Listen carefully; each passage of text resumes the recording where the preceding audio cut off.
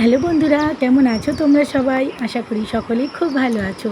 আজ শ্রাবণ মাসের প্রথম সোমবার, মানে বাঙালি মতে প্রথম সোমবার। তাই সকালে উঠে আমার মহারাজকে স্কুলে পৌঁছেই তাড়াতাড়ি করে চলে এসে ঘরের কাজ করে স্নান টান করে আমার মহাদেবকে পুজো করার জন্য ঠাকুর ঘরে চলে এসেছি। আমার ঠাকুরঘরটা খুবই ছোট, তার জন্য ছোট্ট জায়গার মধ্যেই আমি কিন্তু আমার মতন করে পুজো করার চেষ্টা করি।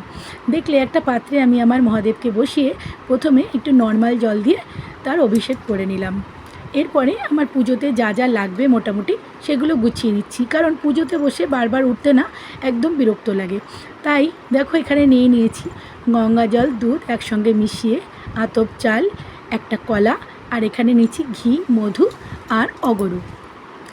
দেখো তোমরা আমার পুজো করার পদ্ধতিটা দেখে অনেকেই বলতে পারো যে এভাবে পুজো করতে নেই, ওভাবে করতে নেই, কিন্তু আমি মনে করি আমি যদি পবিত্র মন থেকে ভগবানকে ডাকি, তাহলে ভগবান নিশ্চয়ই আমার এই পুজোর পদ্ধতিগুলো দেখবে না, আমার ডাককেই দেখবে।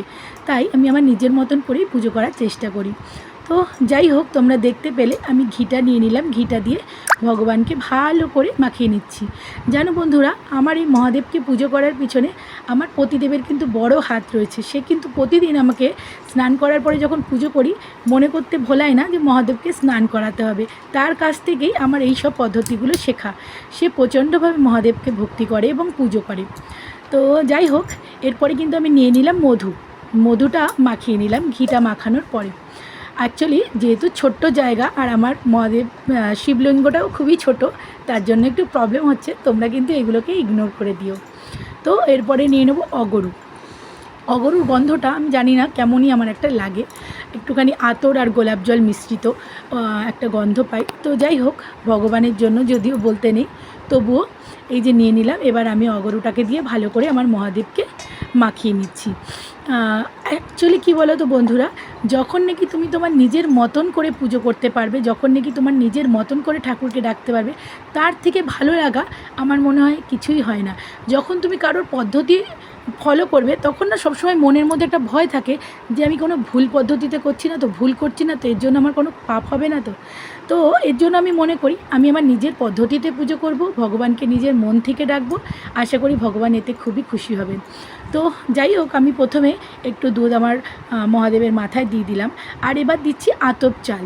প্রথম সোমবার আতপ চালটা দেওয়া ভগবানকে খুবই ভালো, তার জন্যই আমি আতপ চালটা দিচ্ছি। যদিও এটা আমি আমার পতিদেবের কথা শুনেই করছি, তবুও সে বলেছে অবশ্যই করতে হবে, তাই করছি। তো এই যে আমি আমার আতপ চালটা দিয়ে দিলাম। এরপরে এই যে একটা গোটা ফল দিতে হয় সেটাই দিলাম, তারপরে আবার দিয়ে দিলাম একটুখানি দুধ। দেখো, তুমি যখন ভগবানকে নিজের মন থেকে ডাকবে না, তখন না ভগবানও যেন তোমার ডাকে সাড়া দেবে। কখনো কখনো এমন কিছু কিছু আশ্চর্যজনক ঘটনা ঘটে, তখন মনে হয় সত্যিই বুঝি ভগবান আমার ডাকে সাড়া দিচ্ছেন। এই যে যেমন আমি সকালবেলা একদম ভুলেই গিয়েছিলাম যে আমাকে ঠাকুরের জন্য ফুল আনতে হবে। হঠাৎ করে আমি বাড়িতে আসার পথেই আমার মনে পড়লো যে হ্যাঁ, আকন্দ ফুলের মালা, বেল বা যেটা কাঁচা বেলপাতা, কারণ আমার কাছে রুপোর বেলপাতা রয়েছে, কাঁচা বেলপাতা নেই, যেটা সাধারণত সবসময় পাওয়া যায় না বলে আমি রুপোর বেলপাতা ব্যবহার করি। তো এইগুলো আনতে হবে। ঠিক দেখো, মনে পড়ে গেল, আশ্চর্যজনকভাবে আমাকে মনে করিয়ে দিল ভগবান। তো আমি এর জন্যই মনে করি যে ভগবান অবশ্যই আছে, আর অবশ্যই আমাদের সকলের সঙ্গে উনি থাকেন সব সময়। তো এই যে আবার দিয়ে দিচ্ছি, দুধ দিয়ে আমি ভগবানকে অভিষেক করে নিচ্ছি। সবাই একবার বলো হর হর মহাদেব। তো যাই হোক, এইভাবেই আমি আমার পুজোটা কমপ্লিট করলাম। আসলে এই পুজোটা করে যে শান্তি পাওয়া যায় মনে, না সেটাই কিন্তু আসল। তো দেখতেই পাচ্ছ তোমরা, আমি আমার মহাদেবকে সম্পূর্ণরূপে পুজো করে ফেলেছি। এখন শুধু একটু ধূপ দ্বীপ দেবো। তোমরাও কাছের থেকে দেখে নাও, আমার ফুল আর ফলের চাপে আমার মহাদেবকে প্রায় দেখাই যাচ্ছে না, তোমরা দেখতে পাচ্ছ।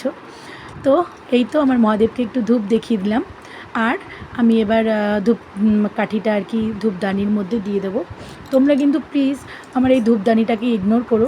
ধূপ পড়তে পড়তে এমন হয়ে গেছে, এটাকে মুছলে পরেও আর ওঠে না, আর মাজলে পরেও কেমন একটা সাদা সাদা হয়ে যায়। তো যাই হোক, সবাই খুব ভালো থেকো, সবার আজকের দিনটা খুব ভালো কাটুক। আর সবাই আবার একবার বলো হর হর মহাদেব। আর এটা হচ্ছে আমার সিংহাসন, তোমরা যদিও আগে অনেকবার দেখেছো। আর এই যে আমার বাবা লোকনাথ। চলো ভাই, সবাই ভালো থেকো, টাটা।